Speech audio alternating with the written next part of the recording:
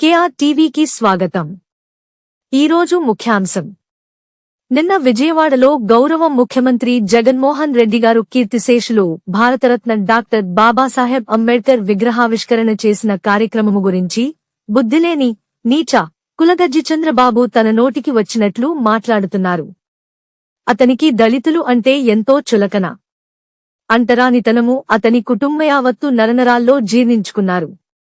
గతంలో ఈ దుర్మార్గుడు చంద్రబాబు ఎన్నోసార్లు దళితులను కించపరుస్తూ కుల అహంకారంతో అనేకసార్లు మాట్లాడినాడు. దళితుల గురించి పేరు ఎత్తే అర్హత కూడా చంద్రబాబుకు లేదు. గతంలో దళితులుగా ఎవరు పుట్టాలని కోరుకుంటారని చంద్రబాబు చేసిన వ్యాఖ్యలపై ఇప్పటివరకు కూడా ఆ మాట తాను అనడం తప్పైంది. దాన్ని వెనక్కి తీసుకుంటున్నాను అని చెప్పకుండా ఇప్పటికీ తాను అన్నమాటకు కట్టుబడి రాజీపడకుండా ఉన్నాడు. ఇప్పుడు ఆ వీడియో ఒకసారి చూద్దాం. దళిత ద్రోహి చంద్రబాబు అప్పుడు ఏమీ మాట్లాడాడో మీకు అర్థం అవుతుంది. కులంలో పుట్టావు నీకు తెలియదు. నువ్వు పుట్టాలను కోరుకున్నావా? ఎవరు మాత్రం ఎస్టీ కులంలో పుట్టాలను కోరుకుంటారు? డబ్బులు లేకపోతే అందరూ కూడా సంపన్న వర్గాలనే పుట్టాలను కోరుకుంటారు. లేదంటే అందరూ రాజుల కులంలో పుడితే రాజ్యాన్ని ఆలొచ్చు అనుకుంటారు.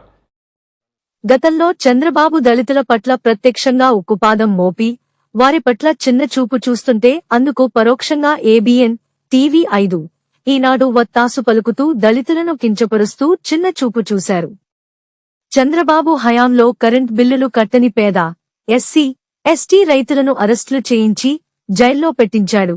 అటువంటి వ్యక్తికి ఇప్పుడు పేదల గురించి, రైతుల గురించి మాట్లాడే హక్కు ఎక్కడ నుంచి వచ్చింది?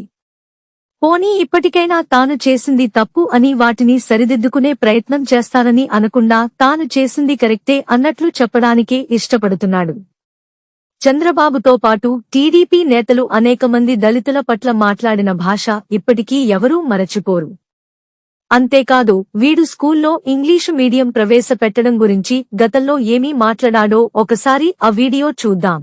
ఇప్పుడు ఎన్నో సంవత్సరాల నుంచి ప్రపంచమంతా తెలుగు వాళ్ళు బ్రహ్మాండంగా రాణిస్తున్నారు. అమెరికాలో ఇటీవల కాలంలో 7-8 years లో 72% గ్రోత్ వచ్చిన లాంగ్వేజ్ తెలుగు. అమెరికాలో ఏ లాంగ్వేజ్కి అంత ఇది రాలేదు, విజిబిలిటీ రాలేదు. అంతమంది పోయారు. అంటే వాళ్ళు ఇంగ్లీష్ చదువుకున్నారు కాబట్టే పోలా. కానీ ఎప్పుడో చెప్పాను నేను, తెలుగు మాతృభాష, తెలుగును కాపాడుకోవాలి, తెలుగును పరిరక్షించుకోవాలి, మన ఉనికిని కాపాడుకోవాలి. ఇది మన జీవనోపాధి. భాషను కాపాడుకోలేకపోతే తెలుగు జాతి ఉనికిని కోల్పోతుంది. ప్రిపరేషన్స్ కూడా చేయకుండా ఆగమేఘాల పైన నేను మొత్తం ఇంగ్లీష్ పెట్టేస్తా, మీరేమన్నా అయిపోండి అంటే నేను నిర్ణయం చేస్తున్నా, మీ కర్మ. ఇదో నాకైతే అర్థం కాలేదు. ఈ దళిత ద్రోహికి దళితులు కాని వెనుకబడిన కులాల వాళ్ళు ఇంగ్లీషు నేర్చుకుని ఉన్నత విద్యలు అభ్యసించి మంచి ఉన్నత ఉద్యోగాలు చేయడం వీడికి ఇష్టం ఉండదు. దళితులు ఎప్పుడు వీడి దగ్గర, వీడి కులపోళ్ల దగ్గర పాలేరుగా జీవించి బానిసలుగా ఉండాలని ఈ కపట నక్కజిత్తుల చంద్రబాబుగాడి ఆలోచన. ఇందుకు వీడు చెప్పిన మాటలే నిదర్శనం. కానీ వీడి కుటుంబమంతా ఇంగ్లీషు మీడియాలోనే చదవాలి. 1998 సంవత్సరంలో వీడు ముఖ్యమంత్రిగా ఉన్నప్పుడు ఇంగ్లీషు మీడియం పెట్టండి ప్రభుత్వ స్కూల్స్ లో అని ప్రొఫెసర్ శ్రీ కుంచె ఐలయ్య గారు ఉస్మానియా యూనివర్సిటీ విద్యార్థులతో వీడిని అడిగిస్తే వీడు ఏమన్నాడో ఆయన మాటల్లోనే వినండి. ఉన్న అన్టచబిలిటీకి, కుల అసమానతలకి ఇంగ్లీష్ లాంగ్వేజ్ ఎడ్యుకేషన్ ఒక్కటే సొల్యూషన్ అని 35 ఏళ్లుగా నేను ప్రచారం చేస్తున్నాను, పిచ్చివాళ్లాగా.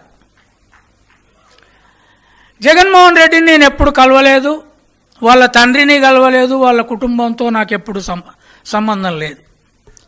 కానీ అకస్మాత్తుగా ఆయన పోయిన ఎన్నికలకు ముందు మొత్తం గవర్నమెంట్ స్కూళ్లలో ఇంగ్లీష్ మీడియం పెడతానని మేనిఫెస్టోలో రాశాడు.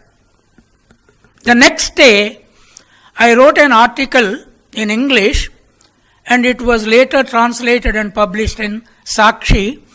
ఈ కార్యక్రమం గనుక సీరియస్గా పెట్టి గడప గడపకు జగన్మోహన్ రెడ్డి ప్రచారం చేస్తే 100% జగన్మోహన్ రెడ్డి గెలుస్తాడని దాంట్లో రాసిన నేను, మీరు చూసుకోండి ఉన్నది.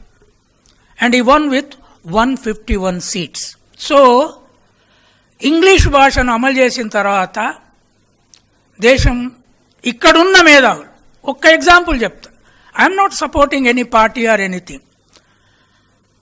1990 2008లో చంద్రబాబు నాయుడు తెలంగాణ మొత్తం రాష్ట్రానికి ముఖ్యమంత్రి ఉన్నప్పుడు మేము ఇండియన్ ఇంగ్లీష్ డే అక్టోబర్ 5న జరుపుతున్నాము.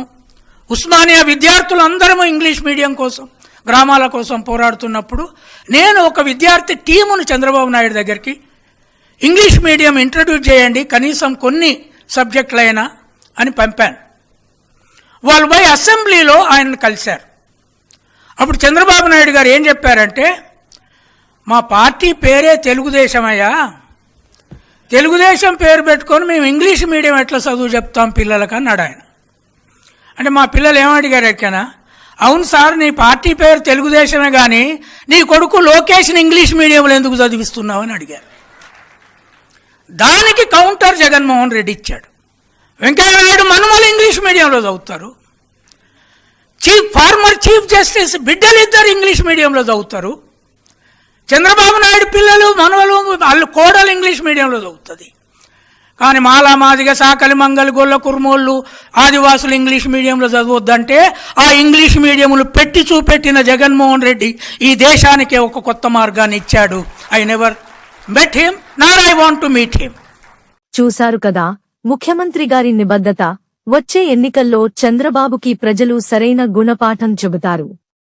కులగజ్జుతో చంద్రబాబు ఇలాగే జీవితాంతము జైలుగోడల మధ్య వర్ధిల్లాలి. నమస్తే.